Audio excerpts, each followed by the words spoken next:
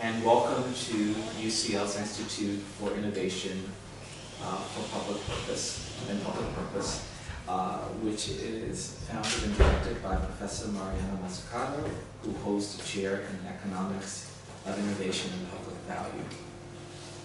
As I say every time that I do this, the Institute brings together an interdisciplinary group of academic staffs and collaborators to rethink how public value is created, nurtured, and evaluated. The Institute revives the notion of public value and public purpose to the center of political economics and to create political and policy practices. The Institute's work equips leaders to co-design growth that is innovation-led, sustainable, and inclusive. I have been privileged to lead a cultural justice seminar series, which cultural justice within itself is to offer a lens through which we consider how and to what extent racial, social, economic, and digital injustice has had an impact on Black British life in particular, and explore approaches that can help promote equity and remove barriers to opportunity. My main aim has been and is to take into account the values that inform people's opinions while providing a healthy and brave space for debate. This cultural justice series has and will explore a range of topics and themes focusing on the integration of power and inequalities. On May 12th, we presented our first in the series, a lecture on Black wealth creation, how Black British wealth creation helps the overall British economy. We were delighted to have with us Gavin Lewis, the managing director of BlackRock. We were able to explore both through an economic and cultural justice standpoint, what is the meaning of Black British wealth and why it is vital to the global economy. We were able to highlight the Inequality Risk Black Wealth Creation Report, which was published last autumn with the Executive Leadership Council, UCL Culture, led by Simon Kane, and Black Britain and Beyond. And I encourage you all, if you'd like to see that report, to visit www.blackbritainbeyond.org.uk to access a copy. On May 25th, we visited the digital revolution, how to come out of the Black digital hole, together with E.J. Okole, I mess it up every time. We considered the current emergence of technologies such as robotics and AI. We spent a lot of time dealing with digital currency and also dealing with the UK GDP and how and what the value systems are around AI and the equivalent of the fact that an additional £232 billion could be put into the economy based upon how we do these approaches. We are here today, however, to explore the value of the Black pound, patterns and motivations for Black British giving, which is from a forthcoming evidence-based study to understand the motivations and aims and patterns of Black philanthropy in the UK and to identify ways to further galvanize Black giving. Philanthropy, the common understanding of this word, is the unknowing dismissal of the full spectrum of giving. The usual way in which individuals are primed to think about philanthropy is from an institutional perspective or a model that we need to really consider with more depth and more meaning. Philanthropy comes from two words from the Greek language. Philos, meaning love, and anthropos, which means man or humanity. The role of wealth and ability to donate large sums of money often supersedes the meaning of love of humanity, which is philanthropy. Despite the systematic exclusions of the Black community from opportunities to build wealth and attain economic mobility, the Black community has consistently embodied a sense of love for humanity and a habit of consistently giving in monetary and non-monetary ways. The term philanthropy is not commonly used to describe the altruistic nature of Black communities. The language used to characterize habits related to giving becomes a part of a group's collective identity. Put simply, the Black community grows to embody how it describes itself based upon the language it uses. At its core, the practice of philanthropy is rooted in an unspoken contractual commitment to the collective benefit of community. Despite the perceptions of who can be identified as a philanthropist, that has not always been understood in the terminology within the Black community. Often Black communities are seen as recipients of aid and support rather than individuals actively engaged in the practice of philanthropy. Philanthropy and embracing others and the giving definition begins to build a deeper understanding of how Black communities have collectively and creatively addressed the barriers to community development. This acknowledgement can help others to appreciate how giving in Black community has continued to be shaped and defined through the collective progress of community. However, to understand the evolution of the giving of the Black community, we must acknowledge its roots on the African continent. Although indigenous forms of giving across the continent have been neither extensive nor formally documented, we do know that work has been done around what it means to have formed indigenous cooperatives, rotations, and giving clubs, and communal collective efforts, and even burial societies. In an interview led by the Stanford Social Innovation Review, Michael Voss and Tyrone Freeman at the Lilly Family School of Philanthropy at Indiana University and Stasha Washington at First Foundation Advisors detailed the arc of philanthropy that acknowledges pre-colonial traditions of giving, caring, and sharing. These traditions were central to West African culture and were later brought to southern plantations where Africans were enslaved and that had survived the Middle Passage. To withstand the brutality of slavery and the cope with the common separation of family members, enslaved Africans grew to look after one another in the sense that they became family, a form of humanity loving itself, and philanthropy. Giving in the Black community was then born out of a desire to uplift and support community.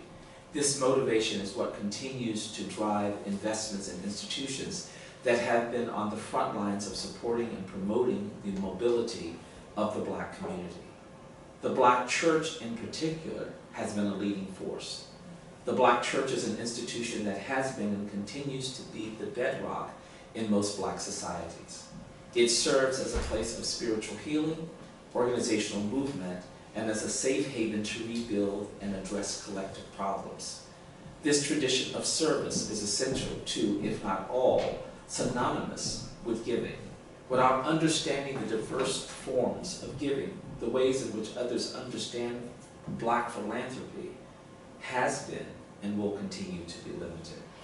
Furthermore, in a response to not having or being without, Black communities have given their time, their money, and other resources to one another to account for these needs. Philanthropy is a response to the often visible and invisible calls for help.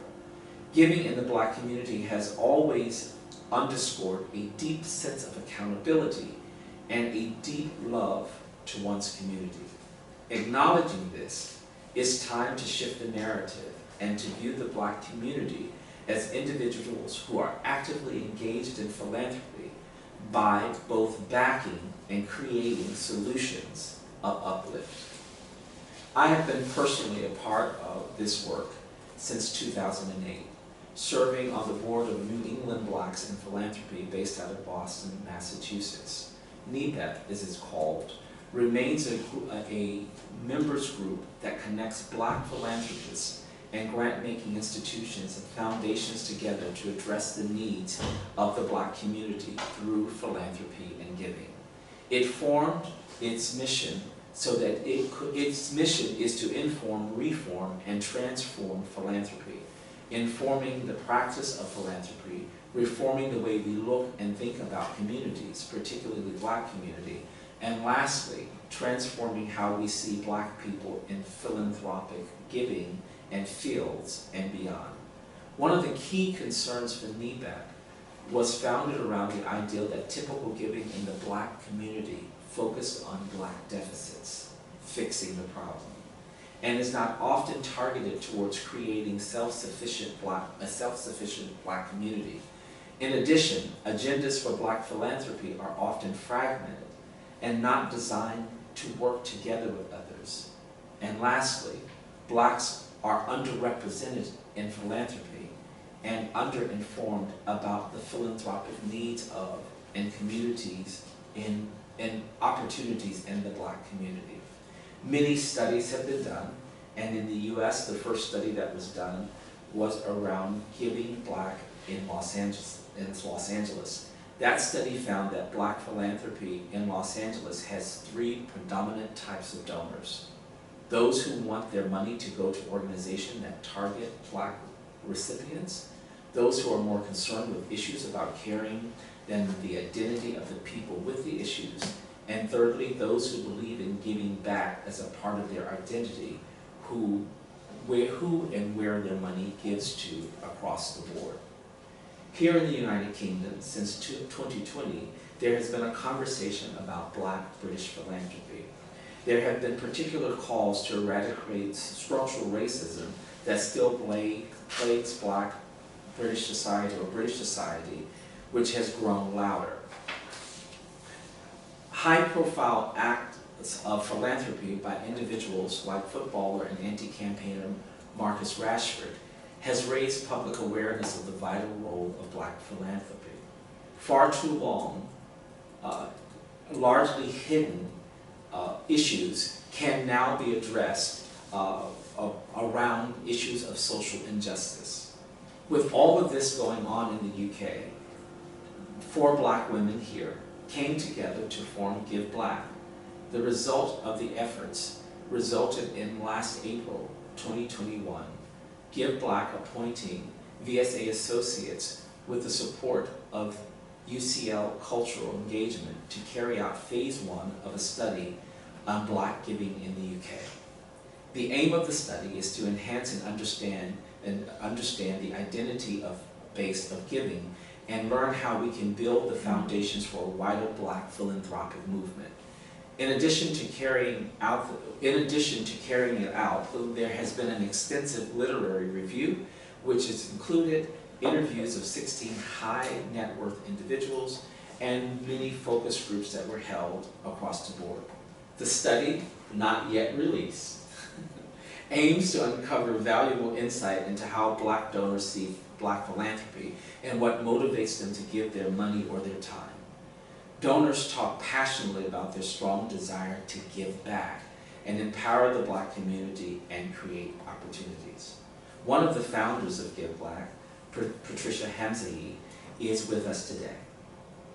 After some 20 years in investment banking and financial communication, Patricia now helps social enterprises find private capital and advises private capital providers on their responsibility in investment strategies through her consultancy, Integrity Capital. As a co-founder of Extend Ventures, she also works to diversify access to funds for Black and ethnic minority businesses and is promoting similarly access for Black-led nonprofit organizations after founding Black Funding Network. She's a trustee of Black Ballet. Ballet Black. Ballet Black, Theatre Royal Stratford East Arete Network, as well as a director for the Windrush Caribbean Film CIA. She is president of Friends of International House New York New York, UK, Associate Director of the Finance Foundation, a member of Women in Social Finance, and on the advisory board of Money, A&E, and many other things. She received a bachelor's degree in political science from the University of California and studied for an MA at Columbia University School of International Affairs and East Asian Institute. Thank you, Patricia. You're welcome. That was a lot. That was a lot. So, let's get started here. Sure. How did you come into the world of philanthropy?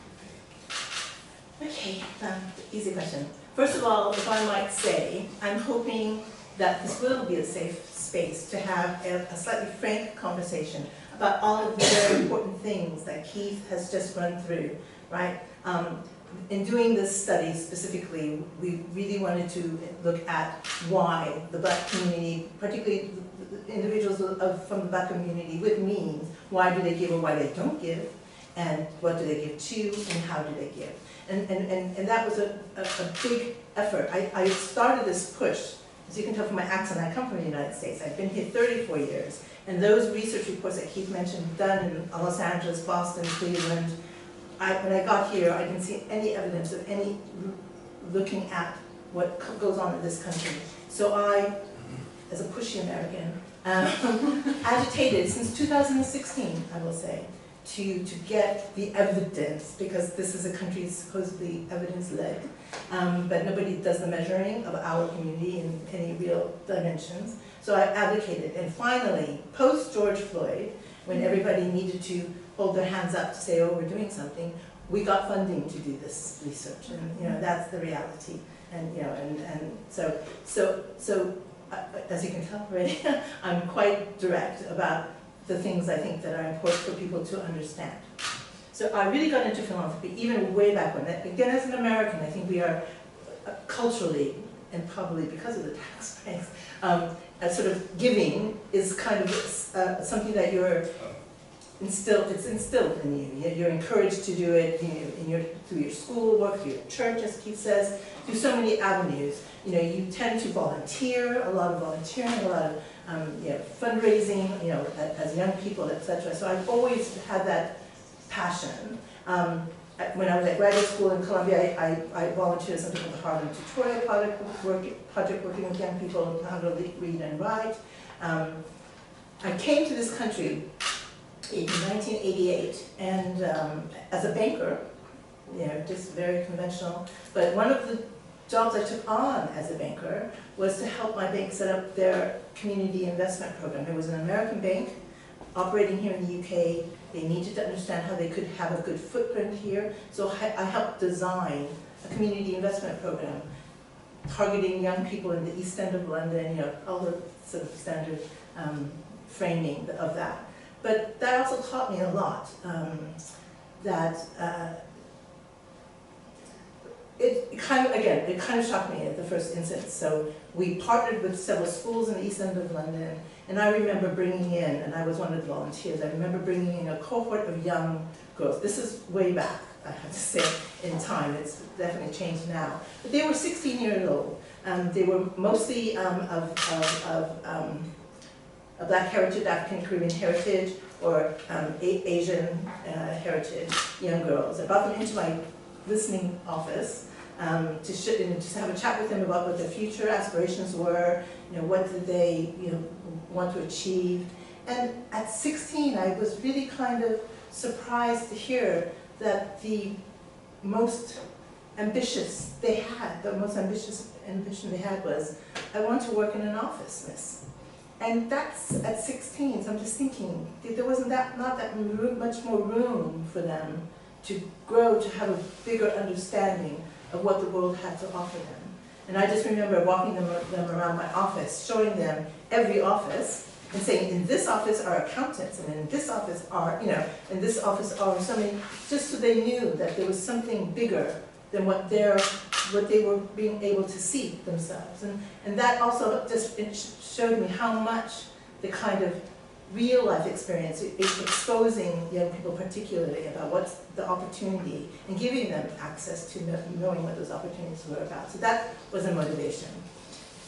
my real motivation, what really prompted this work, the research that we did, is I became a trustee of Black Cultural Archives. I don't know how many of you have been there, know about it? So, Black Cultural Archives is in Windrush Square in Brixton.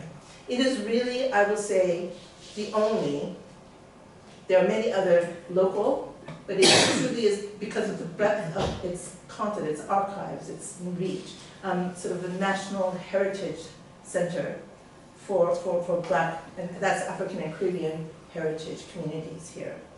It was it was founded in 2014, but came to physical being in 2016.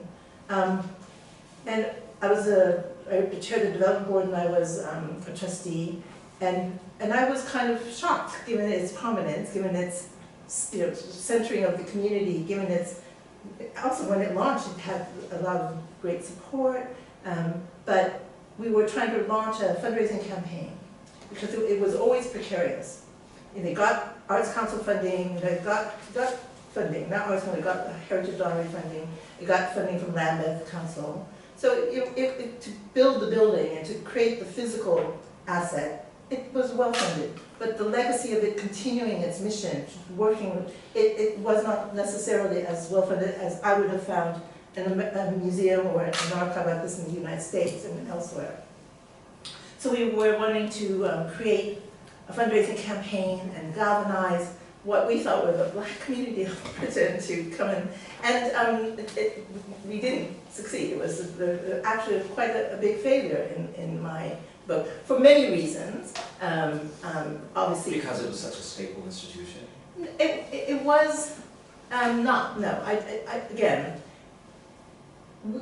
as a Black community ourselves, I will say, and I know I'm a foreigner here, but I've been here for some time, we often look to the state, we look to the mainstream, we look to, so when the Black community sees something like BCA having gotten nice grants from the lottery, etc., they feel like, well, I don't need to give.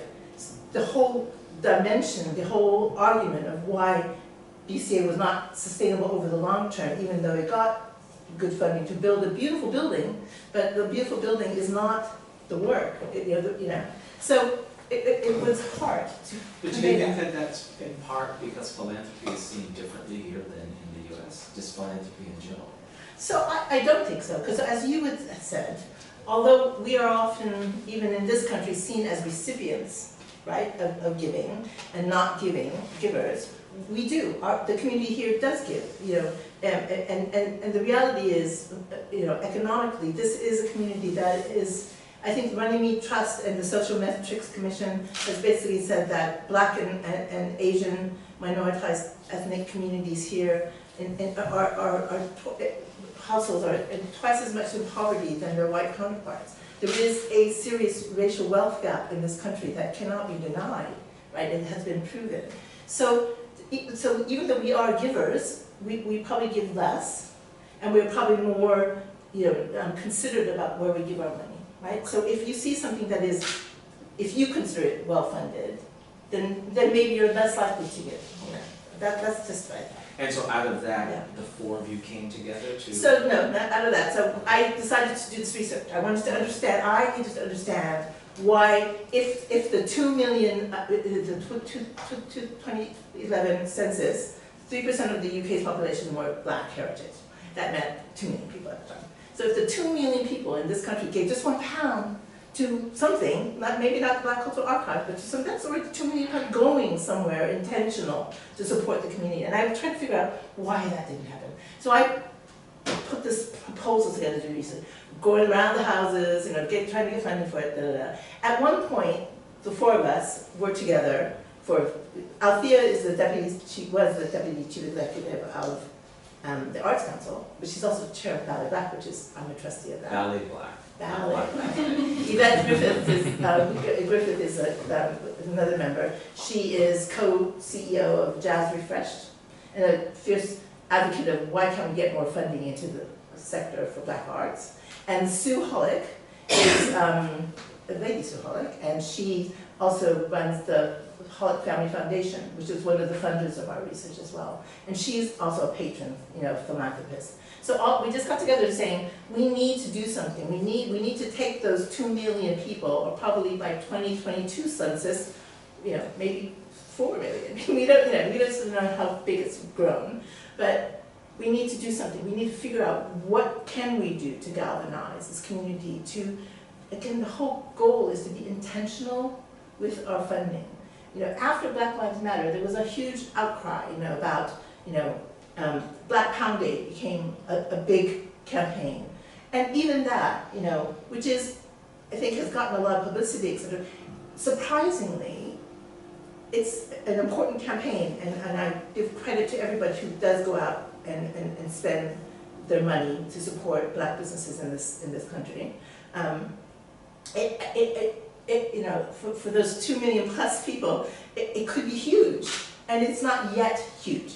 And that's just galvanizing that feeling of community and that intentionality. That's what we're missing. So this idea that we could get 2 million pounds from the Black community was an inspiration for all of this. It was an inspiration. Yeah. Yep. And so you all came together. And so now we have this report that hasn't yet been released. It's shortly. Can you give us a sneak peek? Yes. What can you actually tell us about the report? So, first of all, I don't think anything in the report itself is going to be a surprise. I think a lot of what's come out of it are mirrored by what was found in those research reports in the United States. So we did these interviews with Black high net worth individuals, and for us, high net worths were those people who had enough disposable income that they could make a £100,000 donation without consideration. And they came from different sectors. They were entrepreneurs, having their own successful businesses they built themselves. They were very, very senior people in companies and corporations. They were artists, and just a very different group of people reflecting a diverse spectrum.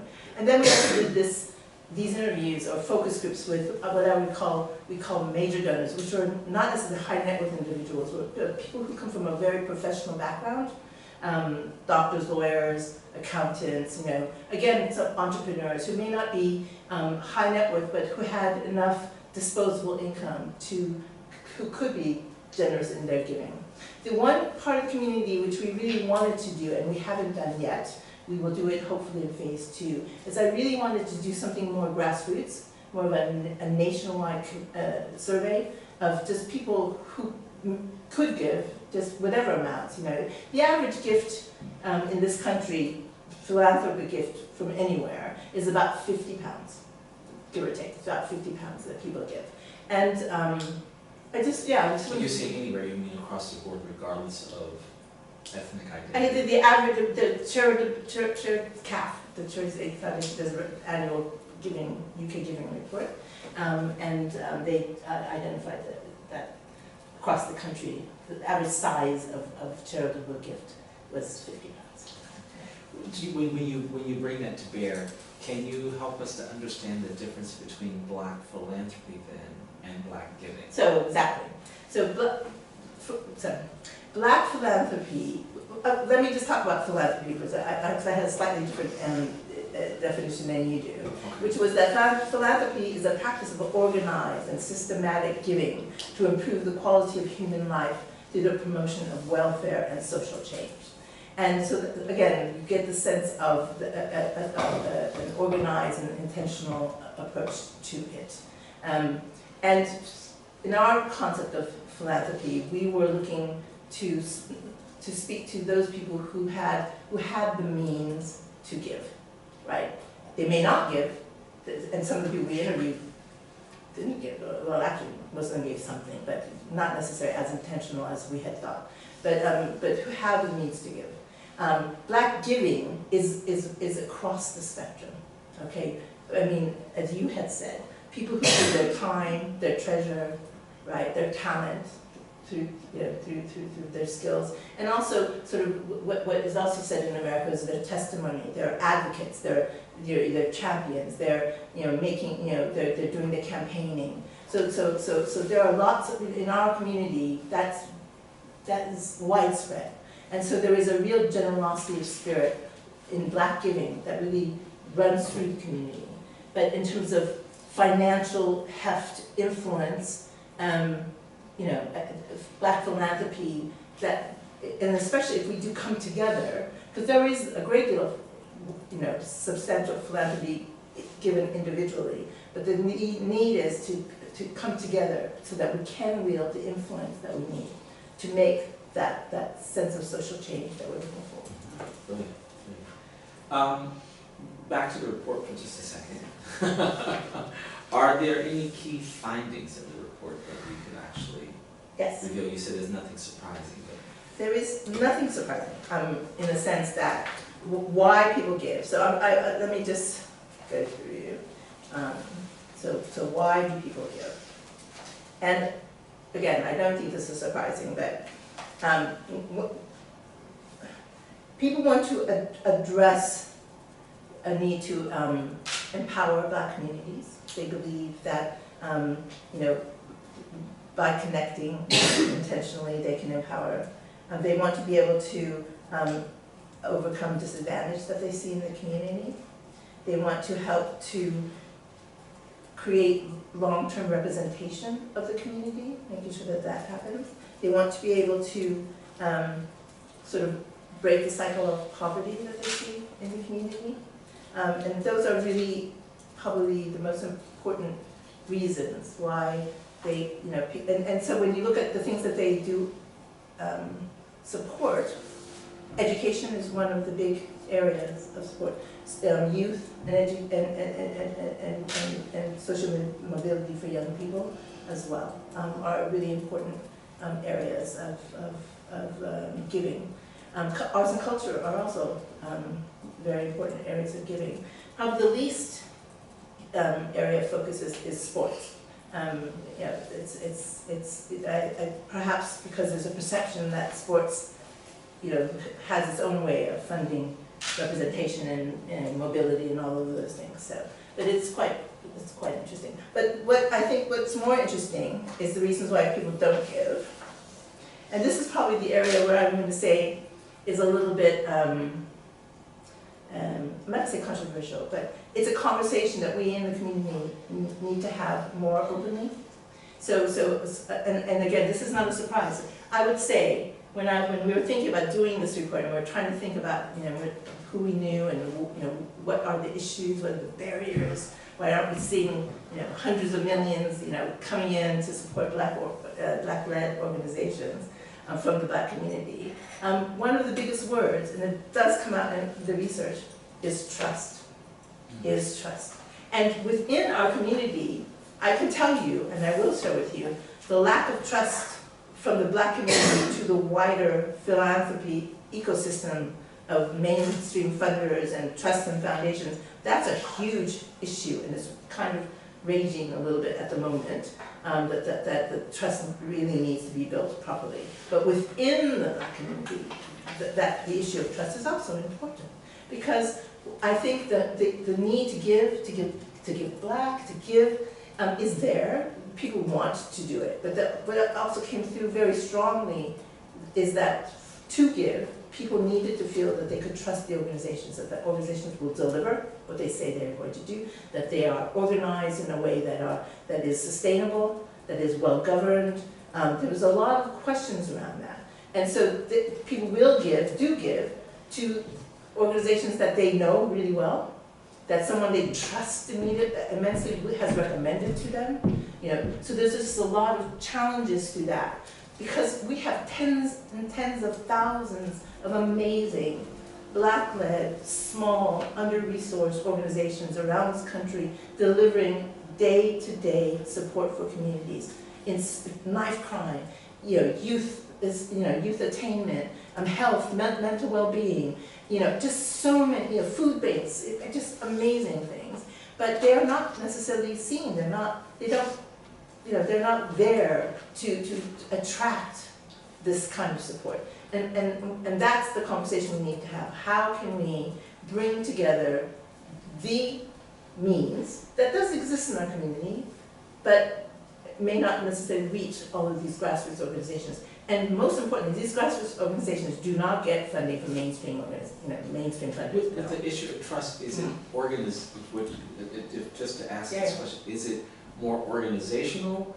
Because I have found that with philanthropy, people have better giving when they feel like they're giving to individuals.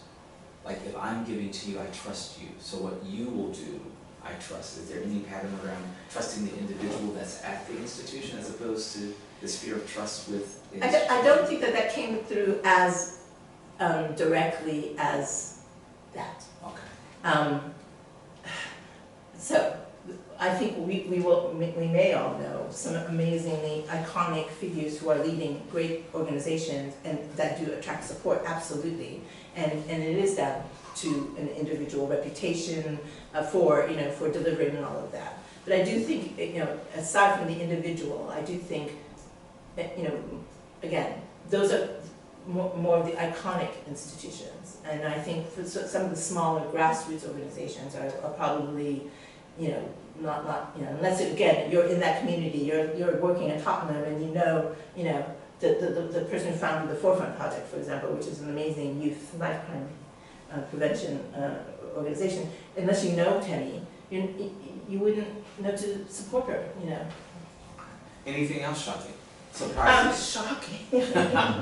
Shocking. I think the other thing that, again, it's not a surprise, but when you hear it firsthand, again, we have now some amazingly successful Black business entrepreneurs, sports people, musicians, amazingly successful, very wealthy people. We also have this growing Black and middle class, the doctors, lawyers, bakers, accountants, etc. But when you speak to them, and almost 100%, they feel quite precarious in their wealth. Right? They are just one generation away from where the parents came from when they came on, the migrant generation that came from Nigeria or from Texas, wherever. They're one generation away, so they're quite precarious. So while they want to give, right? While they want to give, and they do give, they do it with some, in their mind. They also have their own families to think about, their next generations and so on. So that is another thing that shapes it, And again, while I just remember when the BCA were trying to say, why aren't people just giving us the money? People were just saying, I would if I could, but you got yours from the national, English, the National Lottery. I'm not, I don't necessarily have the means necessarily to just give you. So the ideal of being self-sustainable because of the government funding.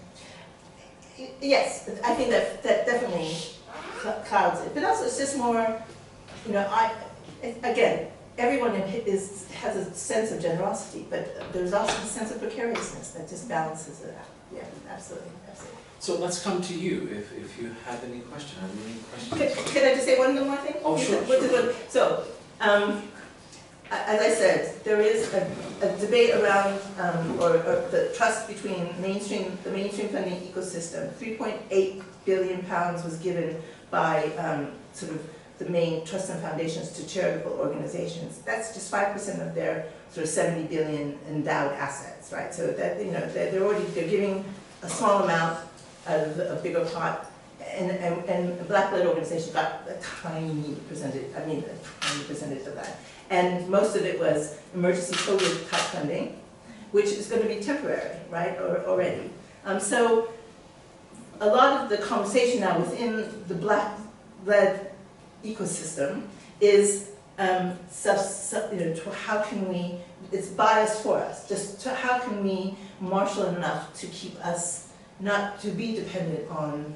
We're not saying no, we're not saying we don't want support of allies, we definitely want to be supported by everyone who wants to support the great work that's going on, but we just don't want to necessarily always have to be dependent on it, to know that we can, if we come together, we can have more control of our own destiny. Thank you. Any questions from? Yes? We're ready. I wondered whether you got a sense of you call them major Donors. donors. Maybe major donors thinking that their contribution wouldn't be enough or wouldn't be significant. Does that sort of sense come through? Perhaps inexperience in giving is what I'm asking about. Yes, so that is something that's come through, even at the high net worth as well as major donor level. Just to know how to navigate the landscape, to know what's out there, to understand what to do. So there was a real sense of whatever, out of this report and whatever galvanizing we can do, one of the things people are asking for is some kind of, can we come together?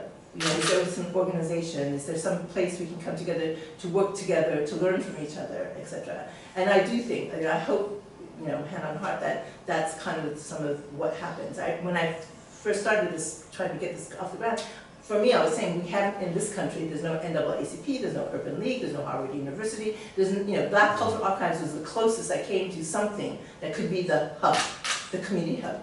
But, but recently, I think even just 2 weeks ago, something called the Black Equity Organization has been launched. So that is something that is trying to be a hub. It's new, I have no clue if it's going to get off the ground, but some good people are behind it, and let's see, I'm hopeful. And something called the Baobab Foundation as well is launching, and they have been attracting a lot of interest from a grassroots perspective to kind of be a foundation to fund Black-led organizations. So there's the seeds. But one thing I was going to say to you of the major donor community, there's a lovely group called the Black British City Group. They're like 60, 50 young city professionals who come together. They support each other, obviously, but they also, it's coming up, they're having a night of generosity to fund a particular charity. So I do think, there is this sense of being able to do something.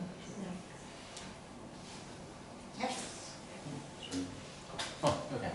So some would argue that big giving is an exercise of power, right? Especially at that specific point when Bloomberg, for example, is giving what, $1.8 billion for a university fund. At that level, it's an execution of power, and might less at the morality and ethics point of view be a good thing as opposed to a, moral virtue, signaling, sorry.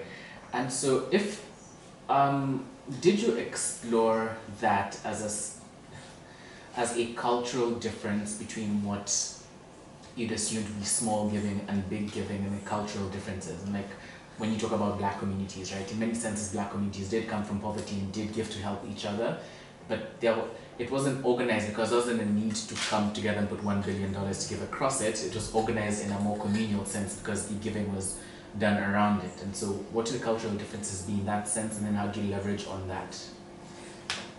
Great question. And actually, in some of the conversations, the concept of the old tradition of partner, I don't know if anyone knows here, but it was where people pool their resources and then help the community. Everyone had their turn to benefit from it. Sort of like a pyramid. Yeah. They were helpful. Yeah. But exactly that, in the sense that it's, on the one hand, when you talk about philanthropy and you talk about those people with means, you can think of it as this elite, right? But I would say that in the conversations that were had, and one of the reasons why we wanted to have conversations rather than just have surveys, was to understand deeply that it is trying to embrace the wider aspect of community. There is a real desire to be connected to the wider community. And which one of the reasons why these two organizations I talked about, the Black Equity Organization and the Baobab Foundation, I'm looking at them to see how well they do connect to community.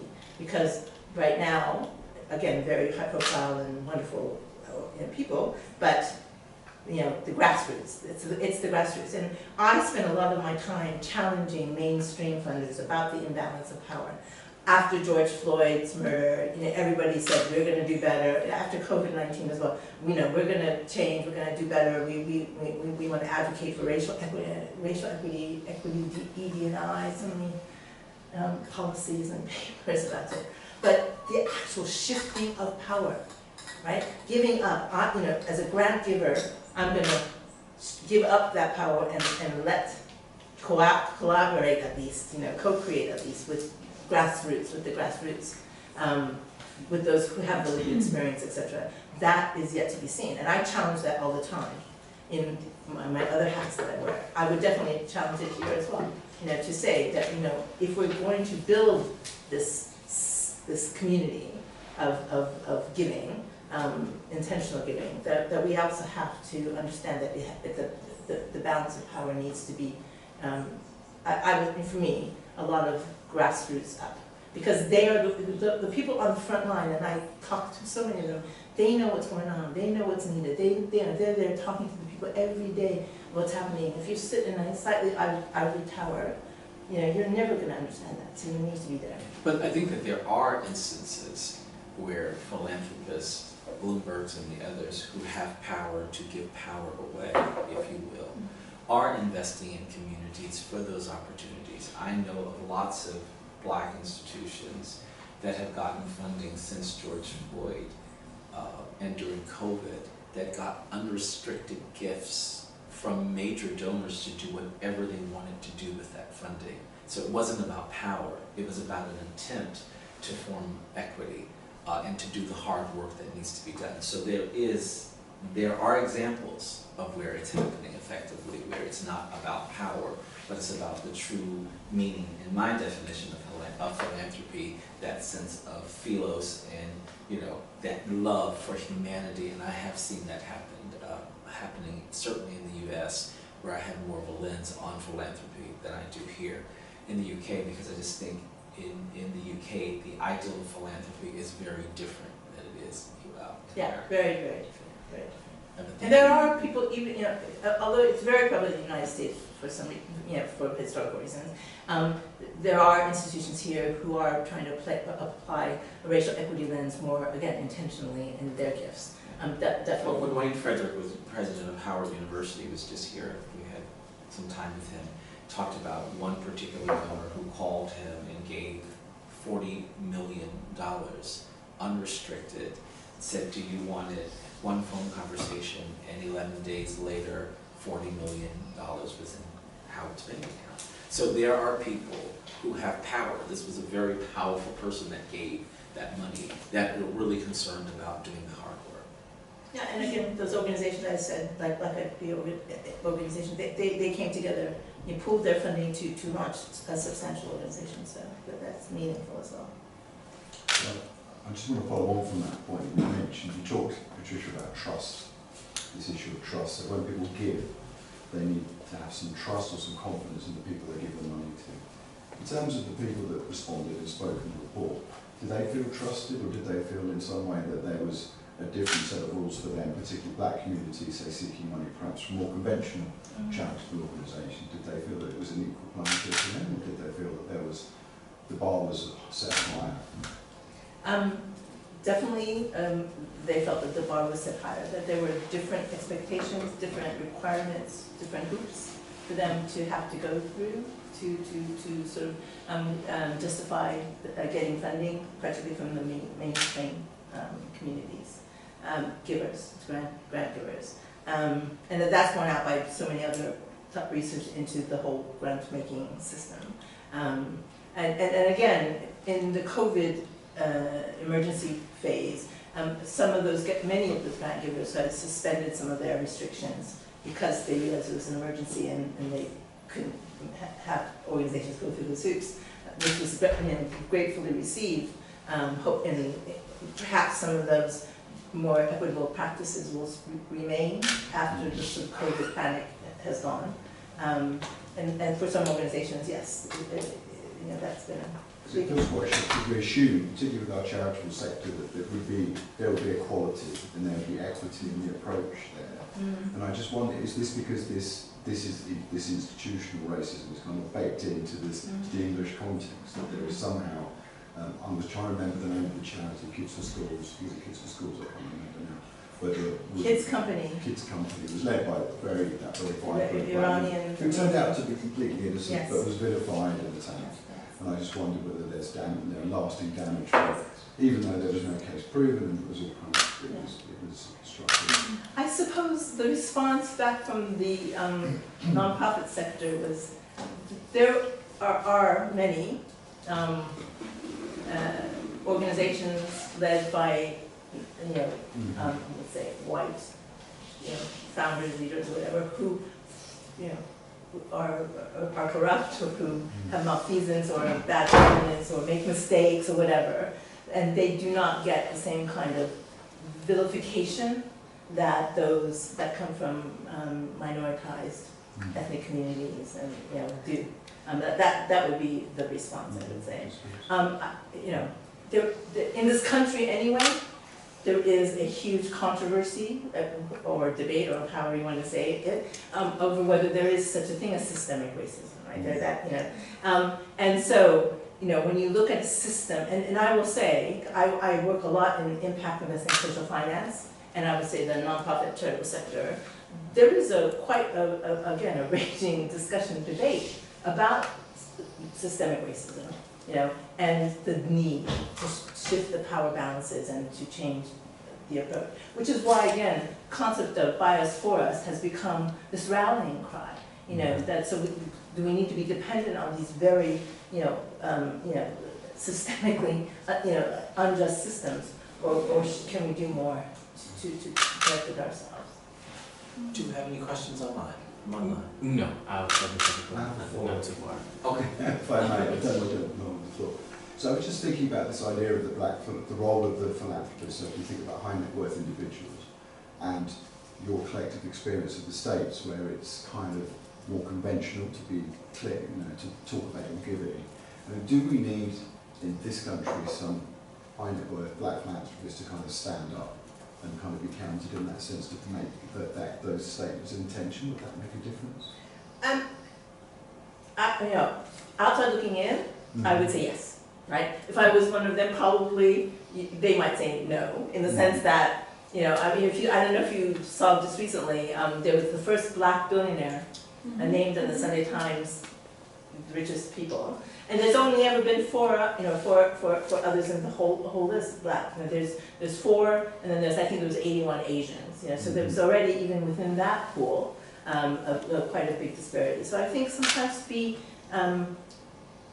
so our research showed, the response back from the high net worth individuals particularly, they would like to feel part of something, right? They would like to feel part of something, so that I guess they weren't on their own, But part of what we're trying to do in thinking through this report and what we do with it is what's the right mechanism to bring people together? Is it through a foundation where they can kind of come together? Is it through some other kind of network that some of them do? So many of the people that I know who could be kind of philanthropists at that stage do other things. They invest. They are part of some.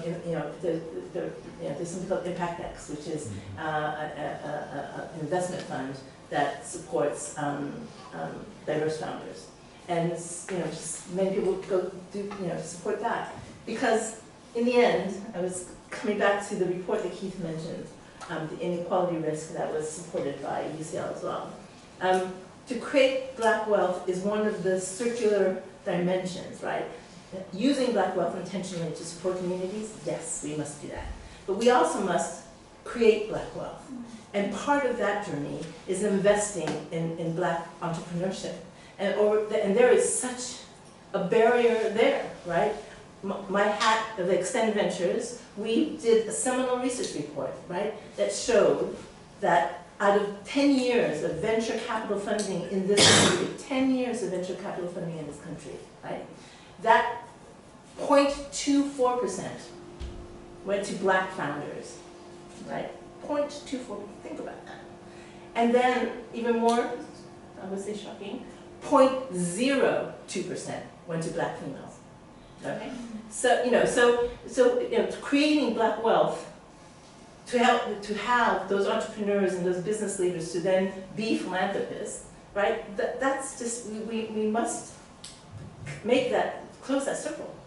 And I'll come to you in just a second. Simon, to your point about those standing up to do this kind of work and to lead with philanthropy is twofold. One, to Patricia's point, out of the list, you know, one Black and then 80, however many Asians, those who have capacity often will give under the radar because of exhaustion of publicly giving and then others calling on them to give. So those who can are typically giving under the radar and can to the point of the 100,000, but they don't want to be exhausted. So if there were more who could collectively stand up, I think it would be a different sense of how to give. Yeah. And again, our community has this capacity. We just have to find the right mechanism, the right vehicle to kind of come together, you know, in a very constructive and mutually supportive way. And again, you know, I don't know that we've found that yet, but you know, I think we must find it. So it will be an effort to catalyze some kind of community. Yes, absolutely. Yeah, absolutely. That's our goal. So we have 2 questions. Yep. Yeah. And then to you. So that was a great segue to the question I'm going to ask. I'll be a little bit flippant, but it has a serious underpin. When does the Met Gala come to BCA? Right? So, you know, what I'm getting at, which I think you know, is that sometimes you need a fun catalyst. Sometimes crime and, you know, and punishment are not the right, or not the best kind of headline grabbers. Yeah. And yeah, I also work with some millennials, and I employ a few, and they know about sort of Jay-Z's party that he has every year. Yeah. So I kind of wonder whether there's you know, traditional mechanisms like which might seem flamboyant. There is that side of the discussion, but they're also fun and engaging. I'm just going to say, our community, we do that. We have great fun. We have great events. I've been to some outstanding events. I don't know that there has been anything around just giving in that. I mean, I think we are great at in celebrating certain things, absolutely. But wouldn't it be nice to be able to maybe translate some of that to, you know, being harnessing or tapping into the spirit of generosity? Because when it's been tried, I have to say, as an American, I've been to a few events here, not and I will be honest. Again, hopefully this is a bit of a safe place. Slightly disappointed. On YouTube later.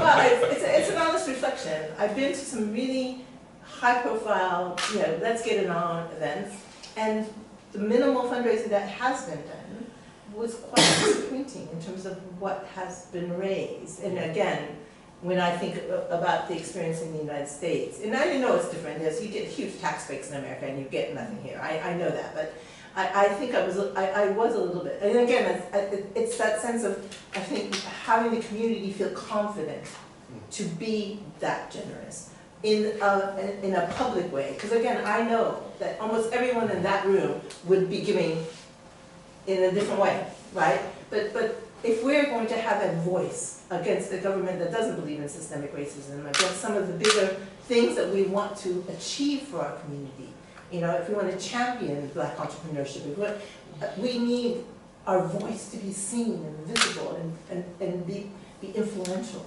And yeah, and I think that's important. Stay tuned to this space to hear about something happening later in the year. There's something underway, but I can't share publicly just yet. Yes. Yeah, so thanks so much for everything you've been sharing. This has been so thought-provoking. I think I was just thinking about some of the things that you've talked about in terms of, I think when you refer to the Black middle class and this precariousness in their wealth, especially of the kind of second generation, I guess, immigrant groups that have settled in the UK. I'm just wondering, a lot of it's making me sort of almost think of Maslow's hierarchy of needs, right? So when we're measuring black philanthropy and black giving, almost how much of that is taking account of the fact that, you know, a lot of the communities people might be supporting the giving might be quite informal. So, you know, people maybe have come into the UK in immigrant communities, have made their way into successful sort of middle class jobs, the doctors, the lawyers, but actually are informally still giving to and supporting family members. You know, when you think of the continent of Africa, we talk about the brain drain, but actually there's almost a reverse wealth drain of the people who have come over to the UK, made their way, and actually are now sending wealth back and supporting. You know, how much of that do we measure when we think about black giving and black philanthropy? Yeah. That's very prevalent, and it's a big concern. And when I talk about precariousness and the need, and people expressing the need, you know, yes, I've achieved this, but I also have to have, you know, my own to consider. And my own is not just my immediate family, but my wider network, you know, of extended family, and that is definitely prevalent. And also, just go back to what Keith said about the churches and the mosques. You know, our communities do a lot of giving through those mechanisms as well. And that is the difference between philanthropy and giving. So we see these traditions being synonymous but quite different. One of the things that I'm a part of a group of in the U.S. is where it's financial advising group with some black individuals, where the advisor told us that we're giving to family and church and community to set up a particular account that every time you gave to family, community, someone in need, you would put the funds into that account and then give from that account so that you could then see your philanthropy. So that we could actually track the amount that we were giving beyond what we were giving philanthropically, and in most instances it mirrored. But we were not calling it philanthropy because someone needed help with whatever, and you were doing that. So let me ask you a question before I come back to if there's any others, are there any concerns or questions that you hear about focusing specifically on black giving? Is there an idea that you're leaving others out as we have this conversation? Yes. I think that, as I tried to say earlier, we're not saying no to support from allies or to support, support from organizations that are really also want to share in the intentionality. And so people are saying, why only looking at black-led organizations? I think our response is that black-led organizations have received, almost the least, and so, almost the least from any sources. So to sort of be very focused and intentional in supporting those organizations, we believe is important. But again, I don't think that the dimensions of, there's so much intersectionality. That's what I wanted to say, right? That poverty is a huge, intersection. Regional diversity, so much of all charitable giving is sucked up in London. If you go out of London, to the north, there's such a drop-off, and we have communities there too if you go, right? If you go to Liverpool, if you go to Leeds, if you go to Bradford, Manchester, So there's so much, and social class is the other big divider, right? Social class. So across those intersectionalities that, we understand. But if you add all those intersectionalities on top of race, you can see what the challenges are, right? Or immediately you can see what the challenges are. So I don't think we don't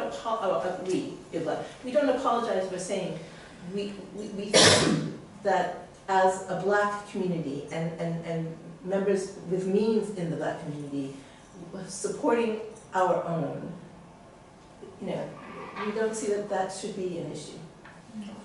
Any other? Could I just ask a bit about the trust as well? So,